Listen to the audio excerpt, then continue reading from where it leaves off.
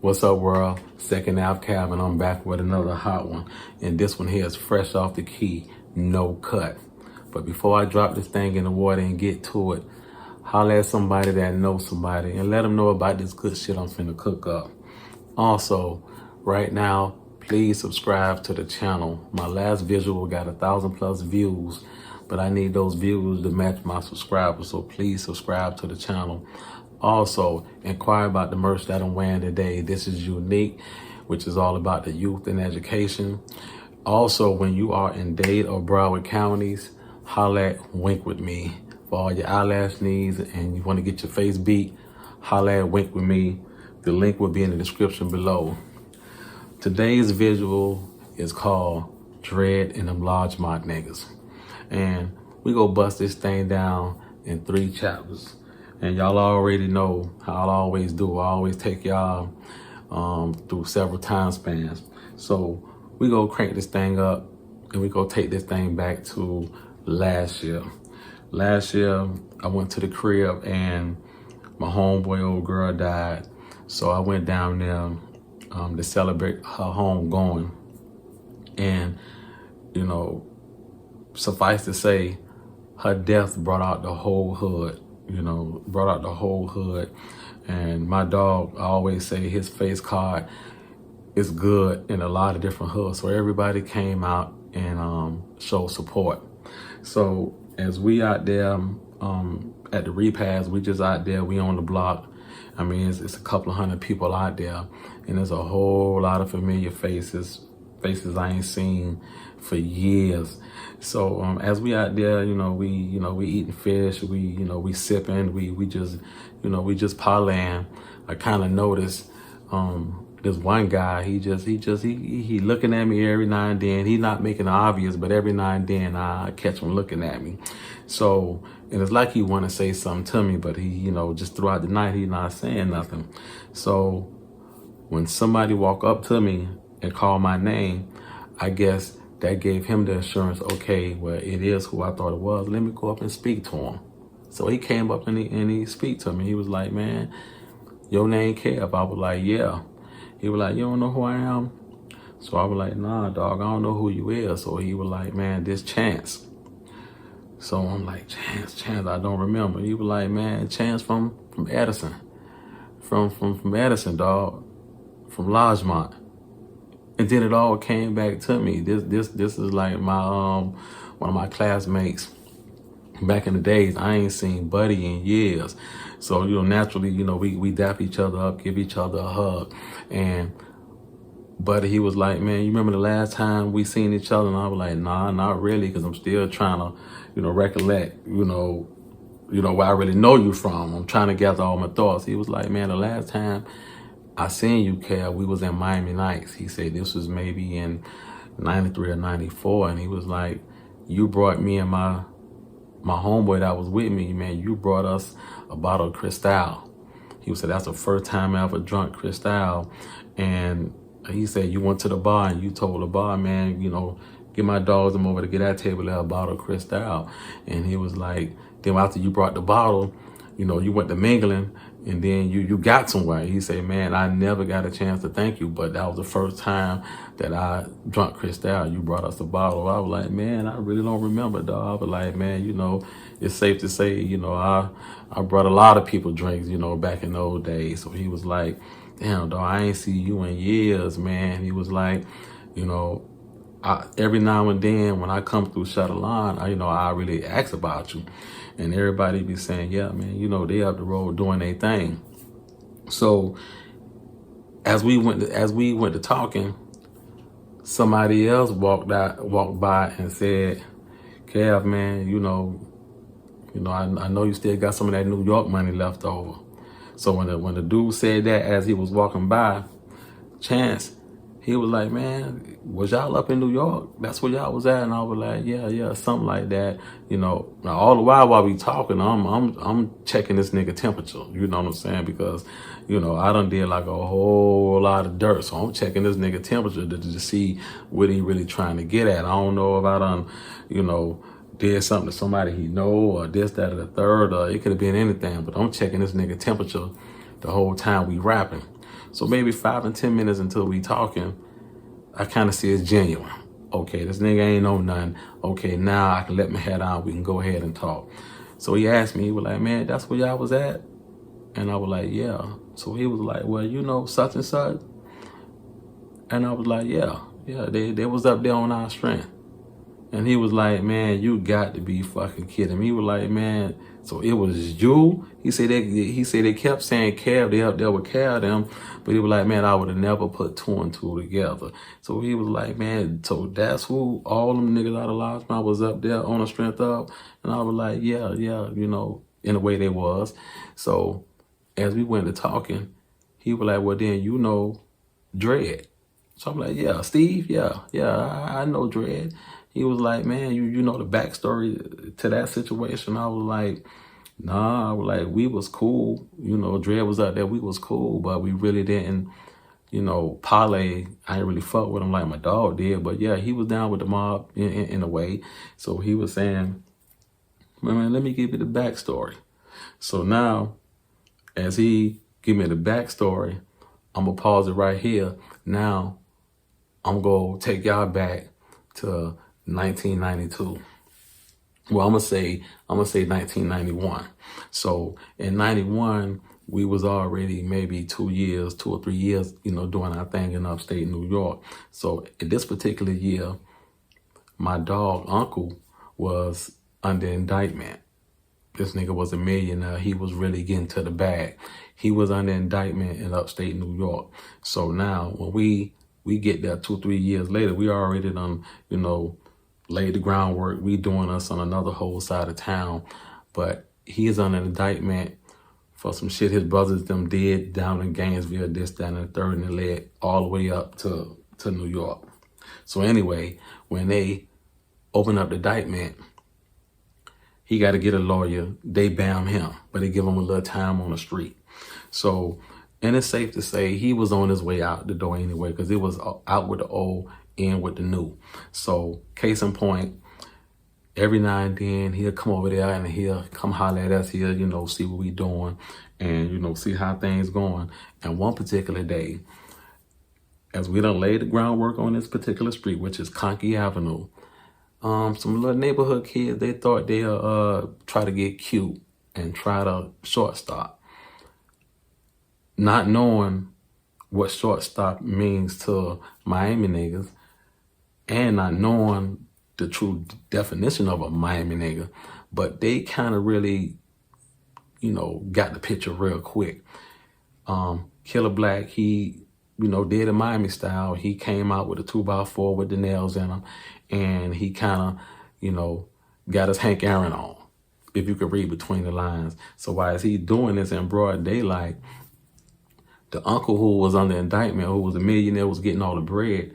He went to freaking out, saying like, oh my God, man, y'all, you know, y'all can't do that. Y'all can't come up here with that Miami stuff. You know, but like I said, it was out with the old, in with the new. He wasn't understanding that the game was changing. So, and it's safe to say, you know, Buddy was eating. You know, he used to try to get us to come to New York like in 86, 87, but we would never come because we were just really not seeing the potential up there. You know, we thought Miami was everything, but back in those days, he was coming to grab at least 15 every 10 days. This was hands down. He was coming to grab 15 every 10 days. Now, I know y'all may say, well, 15, that ain't nothing. But let me tell you what Buddy was doing. Along with his brothers, he was grabbing 15 for himself. Along with his brothers who was in Gainesville and the sister that was up in Boston, they was grabbing their own work. But out of the 15 he was grabbing, he may drop 2 off in Gainesville because, you know, they was getting money and up in Lachmont County and Gardenia projects. One time for, you know, all my homies that was getting money in Gardenia projects in Gainesville. And he'll drop 2 off in Gainesville, then he'll drop maybe 2 or 3 off in Boston, up in Roxbury. One time for my homies up in Roxbury, you know, we used to go through there every year for the big 4th that they used to do. And he'll take the remaining 10 to upstate New York. Now, this one will let y'all know how Buddy was eating. Now, I probably never said it in my other videos, but when we touched down in this town, it was no Miami niggas in the town. and there was no crack. It was no hard, it was no crack in this town. The bases was cooking up their own stuff in little tubes. They was cooking up their own coke. It wasn't no crack. Now, they probably had crack like in Buffalo or Syracuse or in New York City or in Albany. But in this town we was in, it was no crack. You know, we couldn't believe that when we got there. Like what? So what he was doing was, those 10 that he had, that he was grabbing from Miami, he was putting a Kia cut on every unit. So he was turning those 10 into 20. The bases and the smokers, they didn't know no better. They thought they were smoking, and it's safe to say that he was getting that blicker. You know, Miami always been the cocaine capital. I'm always screaming that. So it was that blicker he was getting from the crib. So the key he was putting on the Kia cut, he was putting on the Kia raw.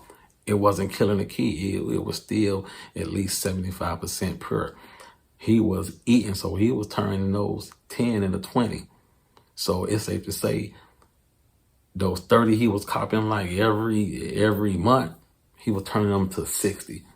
And he was breaking everything down. It wasn't no weight.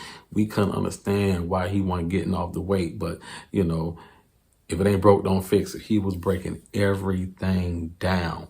And his traps, his spots, he was eating. He had like a 40 spot that was selling number 40s. Then he had a 20 spot that was selling number 20s. And then he had like a dime spot selling number DPs. And all the bases, they'll come through and they'll grab. The 40 spot, I can honestly say they was making like 25,000 a day, all breakdown. The best spot was the 20 spot. That spot there was making at least 70,000 to 80,000 a day. I ain't lying, I ain't flogging. I seen it for myself. It was making like 70,000 to 80,000 a day. And the dime spot was making like 15, between 15 and 20. So the uncle was eating. But no thanks to the brother of them that got bammed down and leaving Miami, going to Gainesville, they got bammed and they brought the whole thing down. So he was on his way out the door, and then he really wasn't cool with the way we was doing things, you know, especially when he seen Killer Black do that to one of the locals. So, and I'm going somewhere with this. So everybody that the uncle had on his line, they was like the cousins of my dog that used to live in Miami, but they had left Miami like in 85 and 86. So they went up there. So they kind of got down on the uncle line.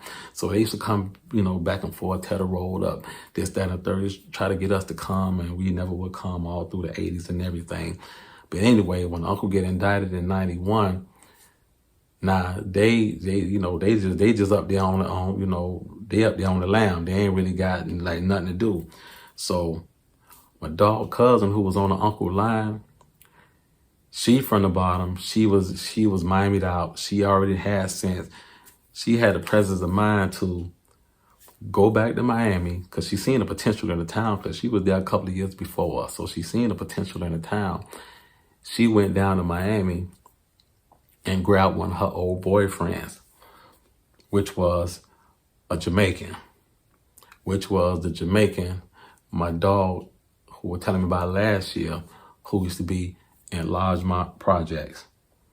My dog was telling me last year that he was like one of the nephews or the grandson of one of, could have been Vivian Blake or Lester Coke or one of them, but that was down with the Shower Posse. He was kind of related to them. And we all know the Shower Posse, when they came doing their thing in the 70s and 80s, Miami was one of the first spots that they stopped in.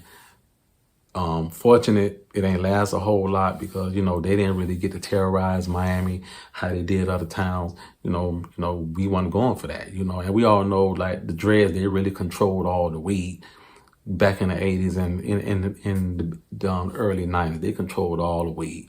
So, but that Shower Posse shit and all that, out of respect for all my Jamaican brethren, that shit ain't last long in Miami. It's facts. They ain't run roughshod how they did like up in DC and you know, in New York and a lot of other towns. They really ain't really do a whole lot of damage, you know, in Miami. You know, we was in rare form then, you know. The one thing about Miami, we can go anywhere and get bread, but you couldn't come to Miami and really, you know, open up shop. outside of the Jamaicans. But since they had the weed on lock, they had free range to go ahead and get money. So this particular dread, he was, kind of relationship to one of the Shaw Posse members or however it went. So she used to fuck with dread back in the early 80s. So she had the presence of mind to like, man, okay, it's a lot of bread up here. Let me go down there and get dread. Now, I think her mindset was, let me go get dread and bring him up top on a coke tip, on a cocaine tip, because we had it sold up hands down. But when she got to Miami, dread was still kind of on the weed tip. All his ties was with the marijuana gang. And he had Larchmont projects. He had kind of had the Larchmont on lock, with the weed game, and he had all the little underlings on his line. And I'm getting all this information, and he kind of told us his resume when he got there, but I'm getting a real layout with my dude last year. Chance was giving me the scoop.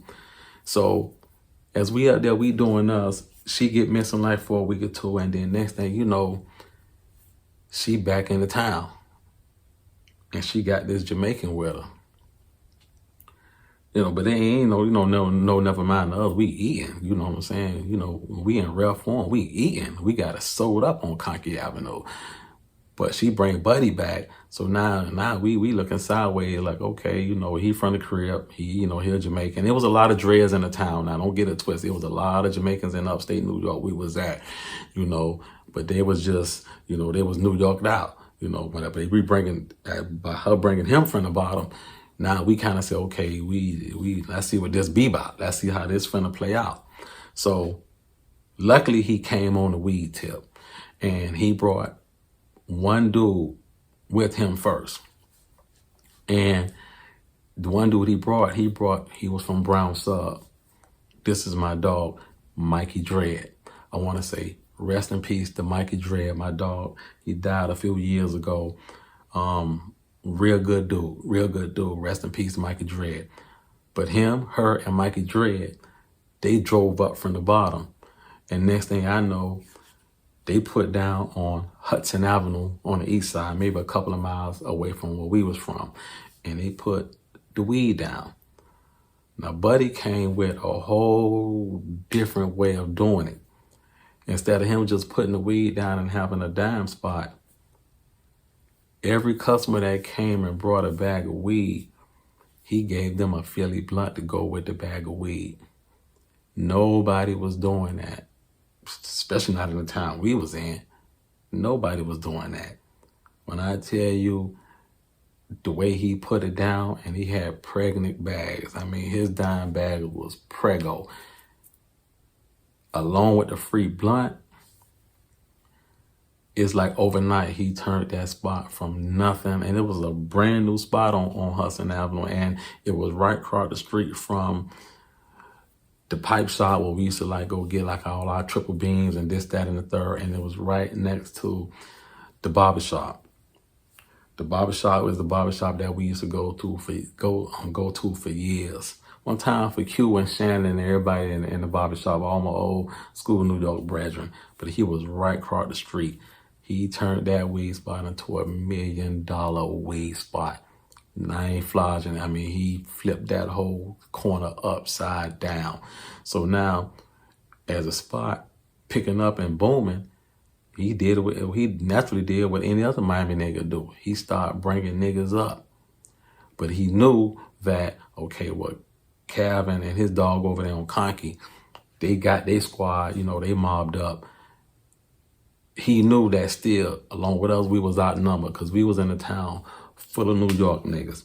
Side note, it was some Florida niggas in the town, but I'm going to save that for a whole another spiel. Y'all definitely going to want to peep that about, how we went to war with them niggas. But anyway, he knew he had to go and recruit. So what he did was he went back to Larchmont projects, and got all his regime, his whole regime, all his crew that he was putting to work, and he brought all them up.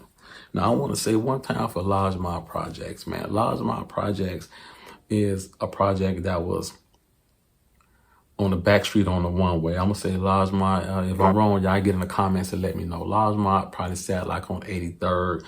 If some projects on the back street that if you didn't really know the area, you won't much know they was back there. But I had a lot of my childhood friends that went to school with me. They from Larchmont projects.